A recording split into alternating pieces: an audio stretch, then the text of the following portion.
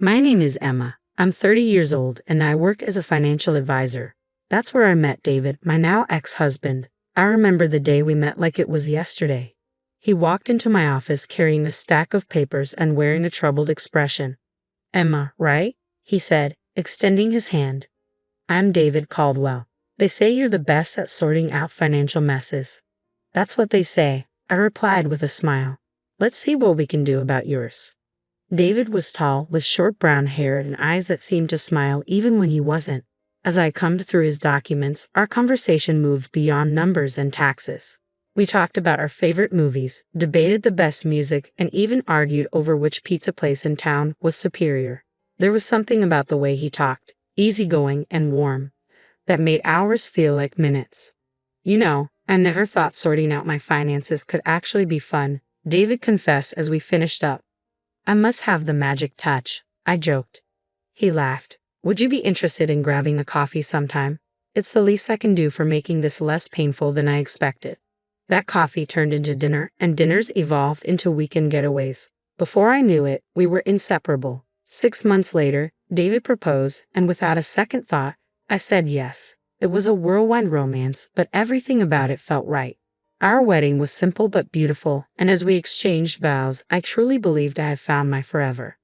David's mother, Barbara, was there, of course, stern-looking but seemingly happy for us. As she hugged me at the reception, she leaned in and whispered with a half-smile, "You'd better give me grandkids soon." At first, life as a married couple was bliss. David worked in real estate, and I continued at my firm. We shared cozy dinners, movie nights, and long walks. We were a team, or so I thought. But things began to shift once the topic of children started creeping into conversations, first casually, then more frequently.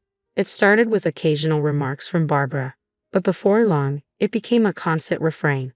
She'd call and ask if I was pregnant yet, and during visits, she'd drop comments like, "A grandchild would really make this family complete." David always brushed it off with a laugh. "Mom, give us some time," he'd say, but the pressure was building. I tried to be patient, reminding myself that Barbara was just excited about becoming a grandmother. But as the demands grew louder and more frequent, I began to feel like our marriage wasn't enough without a child. "David, your mom needs to back off a bit," I said one evening, trying to keep the frustration out of my voice. "It's like she's more involved in our marriage than we are." He looked uncomfortable. "She's just excited, Emma. Let's not make a big deal out of it." But it was becoming a big deal. Barbara's influence in our lives wasn't limited to her demands for grandchildren. She had opinions on everything, from how we managed our finances to what we ate. One Saturday morning, as David and I were enjoying breakfast, his phone rang. It was Barbara, and as usual, David put it on speaker. "David, dear, are you both eating healthy? Remember, a good diet is important for conceiving," she said in that authoritative tone of hers. David chuckled. "Yes, Mom, we're eating healthy. Don't worry." I forced a smile, but inside, the weight of her constant involvement was becoming harder to ignore. I was losing it. It felt like Barbara was monitoring our every move. Things escalated when she started visiting more frequently. One evening, she showed up unannounced, carrying a stack of parenting books. "Emma, you should start reading these. It's never too early to prepare," she said, plopping the books onto our coffee table. I glanced at David, hoping he'd speak up, but he just shrugged. "Thanks, Barbara. We'll look into them," I said, forcing a smile, trying to sound grateful.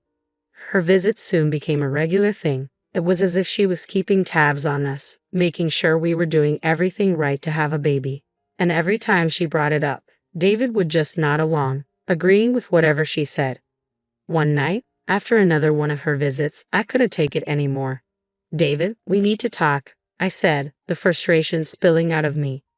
"What's up?" he asked, barely glancing up from the TV. "Your mom, she's suffocating us with this baby talk. We barely have time to be a couple without her interference," I said, trying to keep calm. David finally looked at me. "She's just excited, Emma. She means well." "Excited or obsessed?" I shot back. "It feels like she's the third person in our marriage." David sighed. "She's my mom. What do you expect me to do? Tell her to stop caring?" "It's not about caring, David. It's about respecting our space, our decisions. Can't you see that?" He didn't respond. Instead, he turned back to the TV. And that was the end of the conversation. But it wasn't the end of the issue. If anything, it only got worse. Barbara's visits became more frequent, and her comments even more intrusive. You two should take a vacation, just relax. It'll help with conception, she suggested one day. Another time, she said, maybe Emma should quit her job to reduce stress. It felt like she was dictating our life, and David was just letting it happen. I started to feel like a stranger in my own marriage. The love and understanding that once connected David and me was slipping away, overshadowed by Barbara's constant presence. The pressure about having a baby was wearing us both down. We were arguing more often, and the romance that had once filled our home seemed to vanish. Still, despite everything, I clung to the hope that things would get better, that we'd somehow find our way back to each other. But then came the day that changed everything. David came home late one evening, looking more downcast than I'd ever seen him.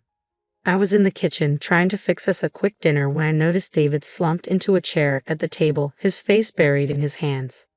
"David, is everything okay?" I asked, concerned.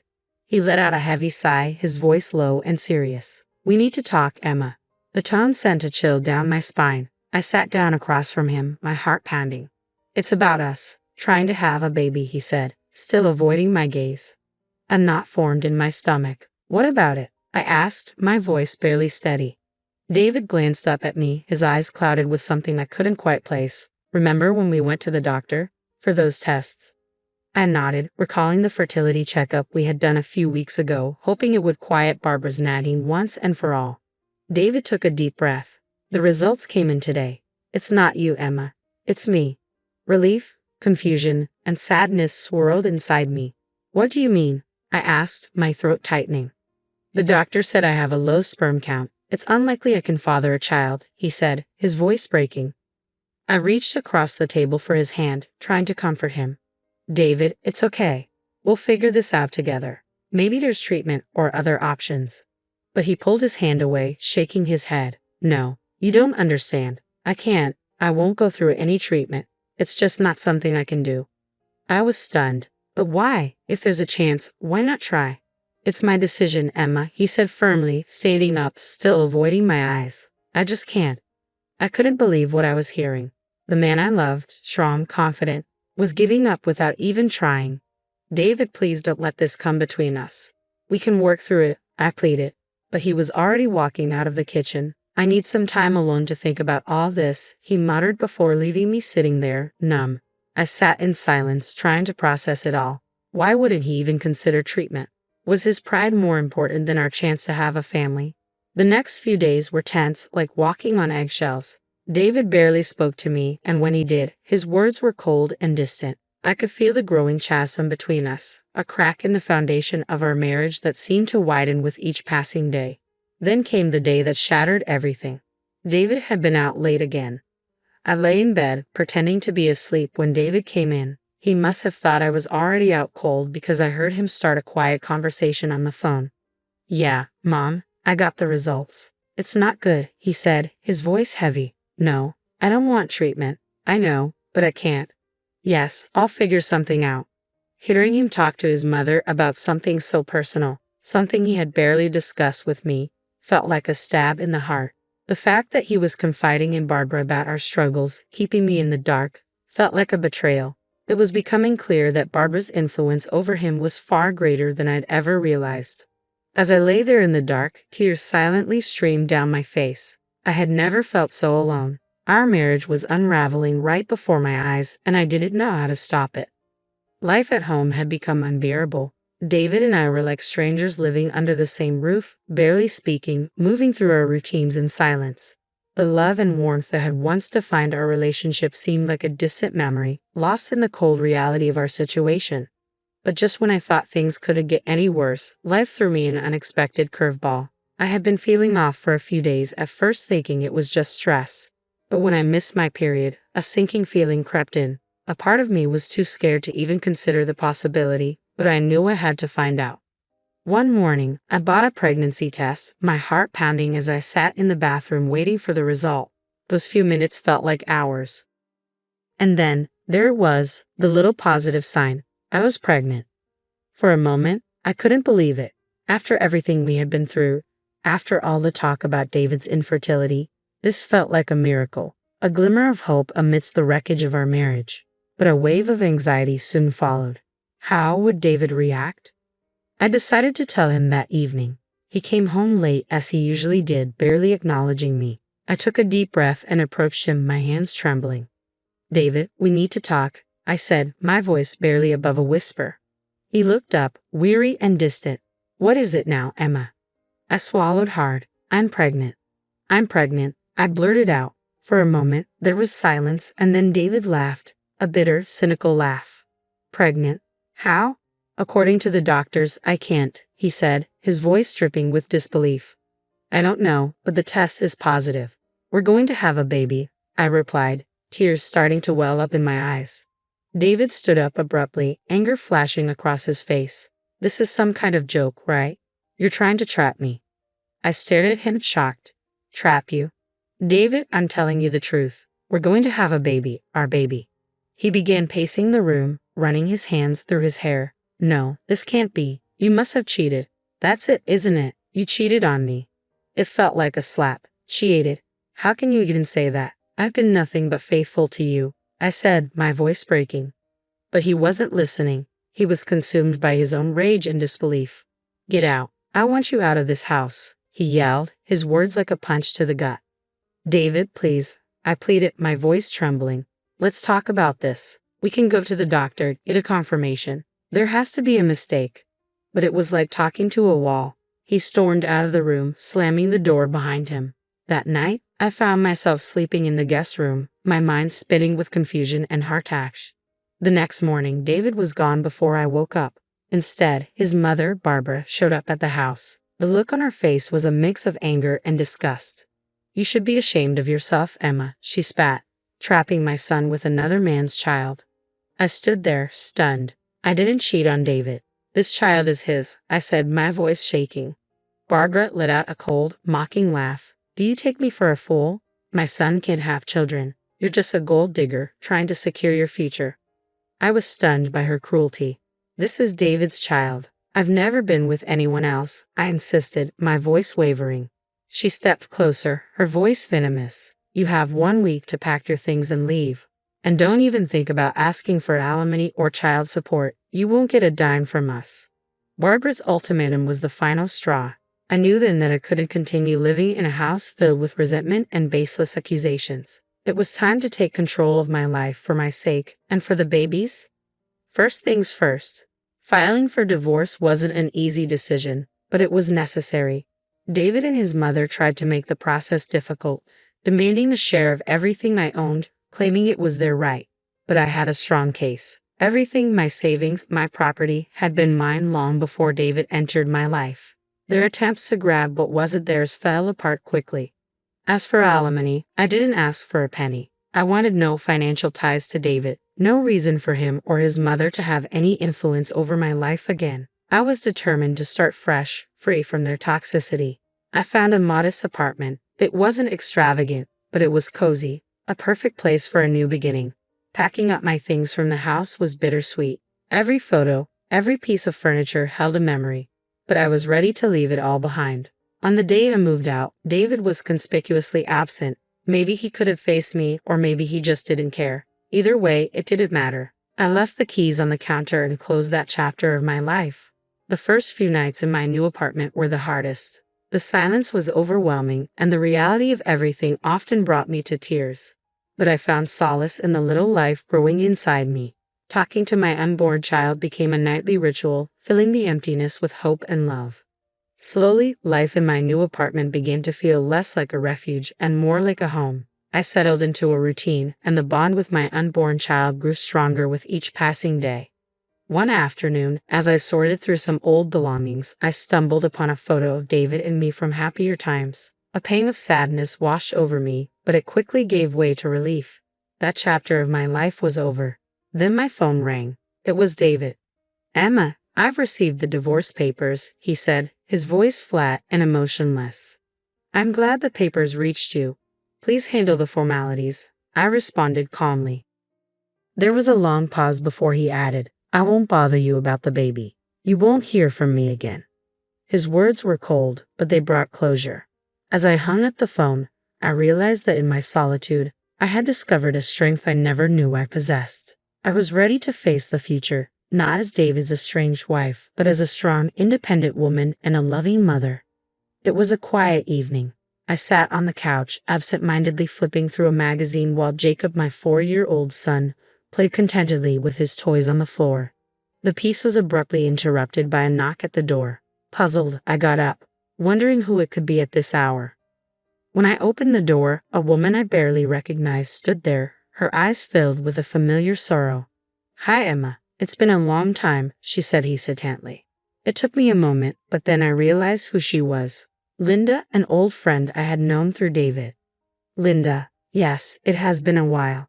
What brings you here?" I asked, curious. She shifted uncomfortably, glancing past me at Jacob, who was now peeking around my legs. "I thought you should know about David," she said quietly. Just hearing his name after all these years sent a shiver down my spine. "What about him?" I asked, trying to keep my voice steady. Linda sighed. "He's not doing well, Emma. After you left, things went downhill for him. He became an alcoholic. He remarried a few years ago and had a child, but the boy was born with disabilities. David, he couldn't handle it. He left them, divorced his wife, and now he's refusing to pay child support. He's in legal trouble." The news hit me hard, but not in the way Linda might have expected. I felt a deep sadness, not for David, but for his child and the woman he had abandoned. "That's terrible," I murmured, feeling a sense of sorrow for the innocent lives affected by his choices. "I see," I said softly, and Linda nodded. "I thought you should know, given your past with him." I appreciated her concern but knew it was time to set boundaries. "Thank you for telling me, Linda, but that part of my life is over. David made his choices, and they have nothing to do with me or my son." Linda glanced at Jacob, then back at me. "I understand, Emma. I just thought."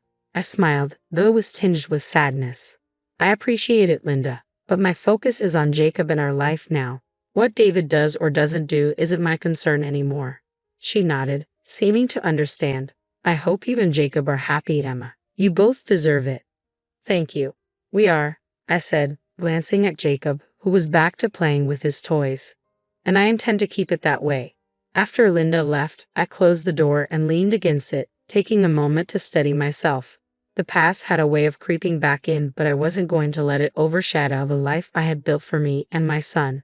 The park was full of life that day, with the sounds of children laughing and playing. I stood nearby, watching Jacob run around, my heart swelling with pride.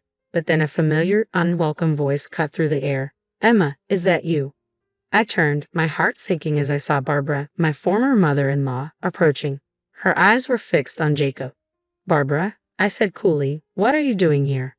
Ignoring my tone, her gaze remained locked on Jacob. "He's grown so much. That's your son, right?" "Yes, this is Jacob," I answered, stepping slightly in front of him, a protective instinct rising in me. Barbara's eyes sparkled with a disturbing eagerness. "I was hoping to see him. After all, he's my grandson." A wave of anger surged through me. "And why would you want to see him now?" Her face twisted with a mix of frustration and something darker. "Well, you know, my other grandson, he's not well.